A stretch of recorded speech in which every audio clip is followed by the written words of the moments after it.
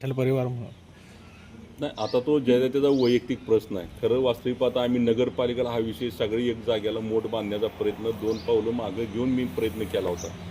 आणि मग तिथंसुद्धा ह्याच जिने आता गोळ घातला त्यांनी तिथंही पण गोळ घातला. भगीरथला पण नीट सत्ता येऊ दिली नाही.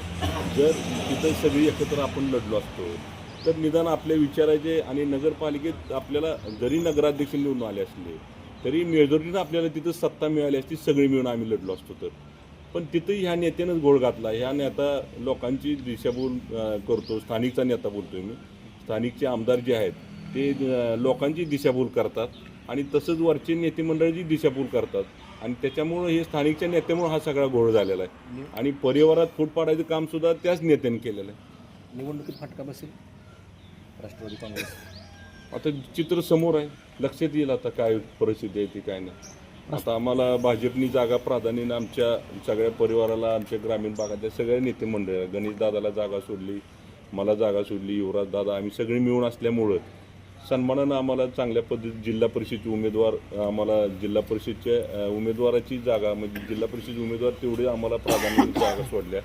पंचायत समिती तेवढ्या जागा सोडल्या. त्यामुळे सन्मानानं आम्ही ही निवडणूक लढतो. अभिजित पाटील म्हणतात की दोन्ही राष्ट्रवादी एकत्र आले त्यामुळे भाजपचे जे आता प्रस्थापित आहेत म्हणजे तुम्ही असतील गणेश पाटील असतील किंवा अजून त्यांचा आम्ही पराभव करणार आहे. अहो, मी काल तुमच्या माध्यमातून मुलाखत ऐकली. तो नेता वैयक्तिकच बोलतोय. तो पक्षावर कुठल्याही पक्षावर बोलतच नाही. उगाच कशाला येड्यात काढायला लागलाय. जनतेला येड्यात काढला तसं चॅनलवाल्याला सुद्धा येड्यात काढायला लागले का असा माझा प्रश्न आहे ना. काल मी बघितली तिची मुलाखत ऐकली.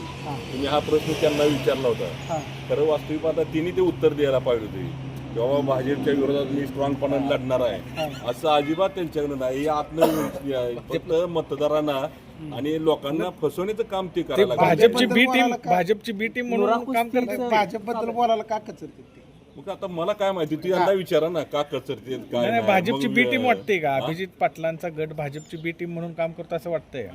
असं काय म्हणणार नाही. भाजपची बी टीम वगैरे मी म्हणणार नाही.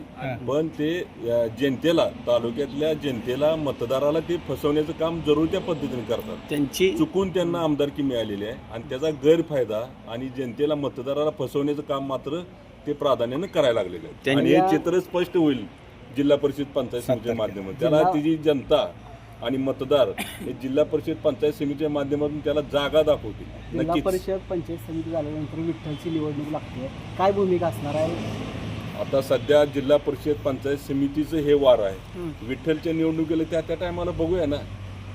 त्या टायमाला आम्ही सगळी मिळून काय करायचं काय नाही ह्याला कुठं आता इथं दुभी पचार करायचं काम आम्ही सगळ्यांनी मिळून घेतलेलं आहे. आणि त्यामुळं जसं त्याला वाटतंय मी जनतेला तालुक्यातल्या जनतेला फसवू शकतो. एकदा फसवलं आता जनता त्याच्या दिशाभूल आणि असल्या भूल थापाला अजिबात जनता बळी पडणार नाही. त्यांनी आता जनतेनं सुद्धा ओळखलं ही गडी निस्ता खोटं आज एक बोलतोय उद्या एक बोलतोय.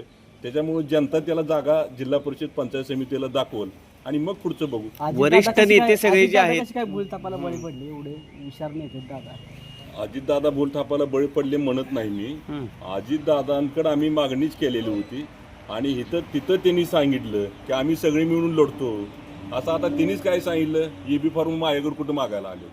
म्हणजे त्याच प्रश्नाचं उत्तर देत आहे. म्हणजे ह्याचा अर्थ तिने अजितदादाला काय सांगितलं आम्ही खाली स्थानिकला सगळ्याला विश्वासात घेऊन लढतो. म्हणजे जसं जनतेला फसवलंय तसं अजितदादाला सुद्धा फसवण्याचा प्रयत्न ते करतो. पण अजितदादा फसणार नाही. त्याला भाजप पण त्याला तिची जागा दाखवतील. भाजप सहित सगळ्या पक्षाचे जे नेते आहेत त्यांना ह्यांचं खरं स्वरूप कळत नाही आहे का? म्हणजे एवढ्या गोष्टी होत आहेत या 4-5 वर्षात त्यांनी भूमिका ज्या काय घेतलेल्या आहेत शरद पवार असतील ते हे त्यांना लक्षात येत नाही का? कसं आहे आता ही राजकारण आहे आणि एकदा दोनदा भाजपचे नेते मोठी नेते मंडळी त्याच्यामुळे ते कसं करतात विश्वास टाकतात. ठीक आहे एवढ्या वेळी त्याकडनं झाला असेल दुसऱ्या वेळी त्याकडनं झाला असेल. पण आता त्याला ते सगळी नेते मंडळी त्याला जागा आणि जनताच जागा दाखवल ना. जनताच त्याला 100% जागा दाखवणार आहे. त्यामुळं बाकीचा विषयच येणार नाही. या जिल्हा परिषद पंचायत समितीच्या निमित्तानं गडी पटांगणात आम्हाला गावलाय चांगला आता. आणि त्यामुळं सगळेच माझ्याकडे सगळेच पक्ष आहेत म्हणतोय. तुतारी पण माझ्याकडे आहे घड्याळ पण माझ्याकडे आहे. अरे पण मतदान पाहिजे ना तुझ्याकडे.